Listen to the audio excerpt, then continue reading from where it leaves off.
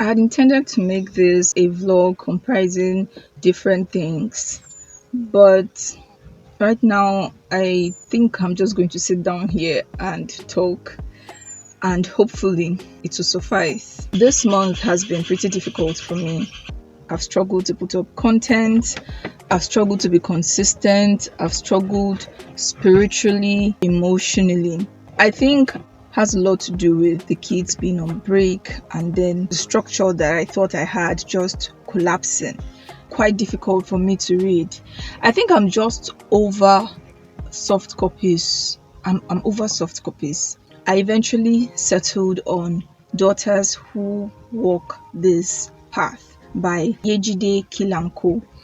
I chose that book because the title is striking, right? So I was managing to read a page or two a day at night before going to sleep until something serious happened. You must have heard in the news that 19 medical students alongside a medical doctor who were traveling to Enugu State were abducted somewhere around Benue State.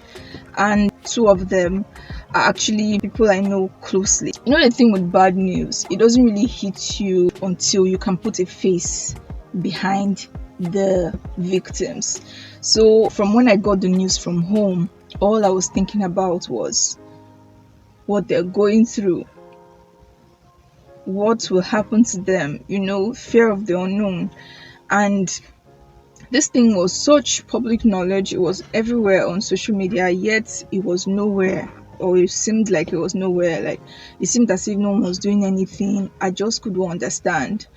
So it was quite disturbing. All we could do was pray. 7 days, later, I just saw a message on my phone and that said that they had been released. It was such a relief, and I'm so grateful. That's one miracle that I will not forget in a hurry. You would have thought that would, switch things up, but no, I couldn't pull myself together. Like I said before, I think it has a lot to do with the kids being at home and me being stressed for most parts of it. And at this point, I'm just ready for them to resume school. By the time this week started, I realized the month is going to end in this week, and I haven't finished my book for this month. And I just picked it up on Wednesday, and by the next day I was done with the book. It is not a small book per se, but it's not a big book either. I think it was more because the story is very emotionally compelling. There is so much to it. I was just going through so many different emotions when I was reading it, and I don't even know where to start.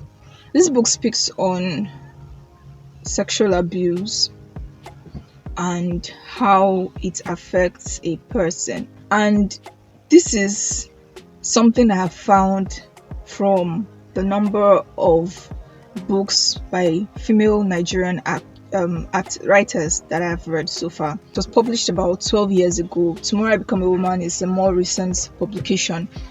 But one thing they have in common is the revolutionary message in them, especially because of the time that they are set. It just reveals the reality of most women in Nigeria, especially those who grew up at that time. There's more than one victim in this book, but I'm going to focus on Morayo, who was an older daughter of two girls. She was just about 12 when her older cousin, who had been brought to live with them because he had been expelled from school in Jos for bad behavior, started to rape her. It continued for some time because he threatened that he was going to do, same to her younger sister if she ever said anything.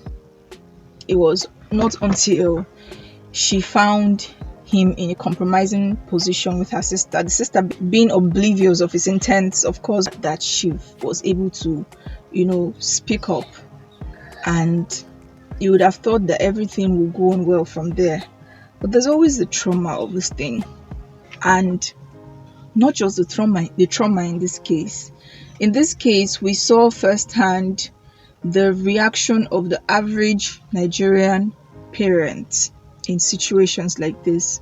And so from when she said that, everywhere went quiet. It was like a moment of shock, and when they recovered, sent her and her sister inside, and then they drove the boy all the way back to Jos that night, and no one ever spoke of it again. I think that she would have found a lot of comfort in her mom addressing the issue, assuring her or reassuring her that it wasn't her fault. It felt like she wasn't a child anymore at that point. And when you go through something like that, you want validation from the people that it matters the most. In this case, it was her parents, her mom, but unfortunately, she never got that. It was like the elephant in the room that hovered over and around them for the rest of their lives. And how do you ignore such a conversation when the enemy is someone within, is a family member? You're always somehow going to cross paths with that person. You can't ignore or pretend that it never happened. And so, because of that, by the time her younger sister, was due for secondary school, they sent her off to a boarding school. And she had such a close relationship with her sister. And so for her, it was heartbreaking. And it just reminds me of how just last week we were celebrating first daughters on social media. And whenever the conversation about first daughters and the struggles that they go through comes up, the others, they always come up with the argument that it is not only first daughters that go through trauma, of course, but as a first daughter myself, one thing I think that people have to realize is these firstborns didn't ask to be put on this pedestal. It just happened to them, and it's not something they asked for. It's like a childhood being robbed from somebody. You expect them to grow up fast, and because they need to set an example. And another thing is the fact that their parents more or less use them to do a sort of experimental parenting. Our own generation, I feel like our problem is the baggage and the trauma that we carry around, which translates into the anger that you see. I feel like that has the potential to damage whatever good intentions we have. We know better than our parents now, so ignorance is not our problem. But this is as much a problem as ignorance. It is not any better, and I fear that by the time we learn, it will be too late, and the next generation will, as a result of our ineffective parenting, have to deal with another problem, whatever that is. Well, it just shows that in the drama of life, there are no rehearsals. I wonder if one can ever win with life. This book, alongside A Spell of Good Things, are the two soft copy books I have read that I have to get hard copies because I want my kids to be able to read them when they come of age, of course. The story tries to end, it tries to have a fairy tale ending, and I get why. It's a book, it has to end. A couple of things didn't quite add up, like why her abuser came back into her life and the way he just left. The abuser was never, didn't come to justice, which is how things mostly go, especially when it's family. She didn't get the validation from her parents ever.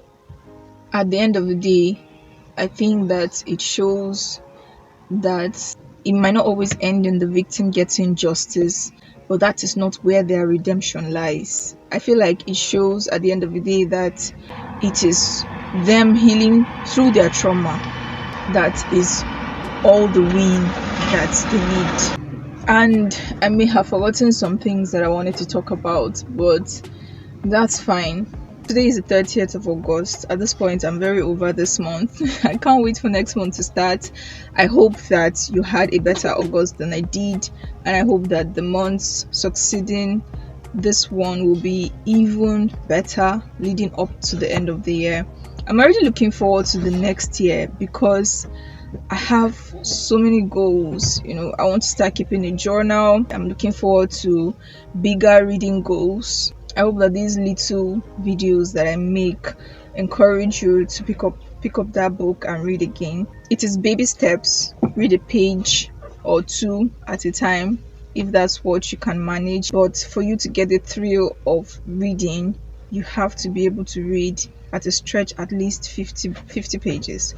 By the time you read 100 pages, I promise you will be the one going back to that book, looking for time to go back to that book.